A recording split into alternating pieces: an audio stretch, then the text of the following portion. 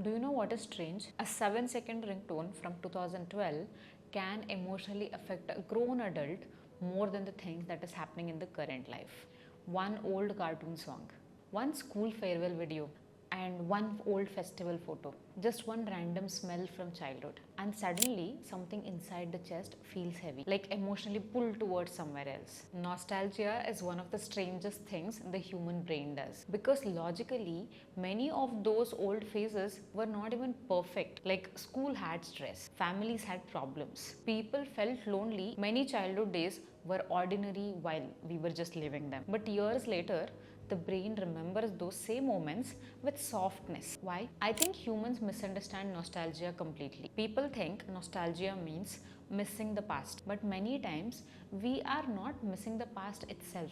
We are missing who we were during that time. That's the pain. Think about it carefully. Sometimes you hear an old ringtone and suddenly you don't just remember the sound, you remember the room, the people, the emotional feeling of that phase, how life felt before certain disappointments happened.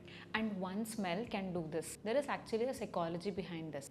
Smell and memory are deeply connected in the brain. That's why one random perfume, old notebook smell, rain smell, or food smell can suddenly unlock emotions humans forgot they were carrying. And what's fascinating is the brain doesn't store memories like a camera. It stores emotional impressions. That's why nostalgia feels emotional before it even feels visual. You don't remember old school days. You remember how those days felt emotionally. The brain quietly edits the memories over time too.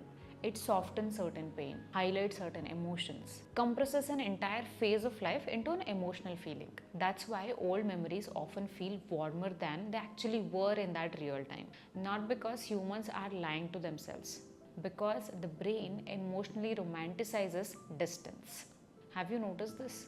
When we are living a phase, we focus on stress. But once that phase ends permanently, the brain starts noticing emotional beauty instead. That's why people suddenly miss their old tuition days, old gaming nights, school buses, family weddings, summer vacations. Many of these moments felt completely normal while they were happening.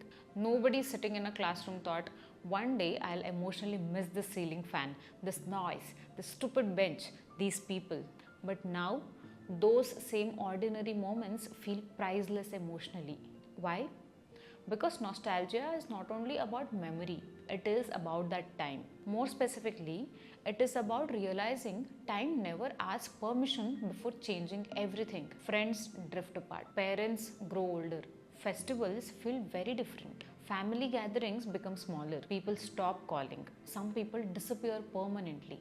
And one day, you suddenly realize certain versions of life ended quietly without any proper goodbye.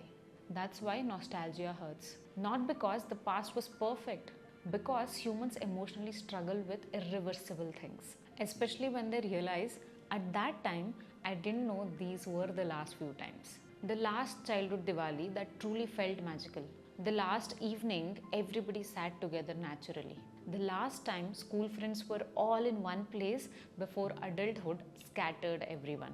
Nobody notices endings while living them. That realization creates the ache.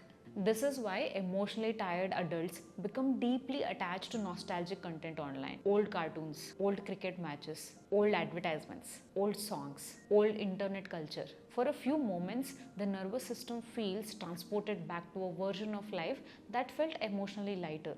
Not necessarily happier all the time, just less mentally heavy, less self conscious, less performance, less pressure, less comparison. And this is why nostalgia feels comforting also. Because inside modern life, nostalgia briefly reconnects humans with emotional softness. For a few moments, people stop worrying about career, money, status, future, uncertainty. Instead, the mind quietly revisits the moments where life felt emotionally present.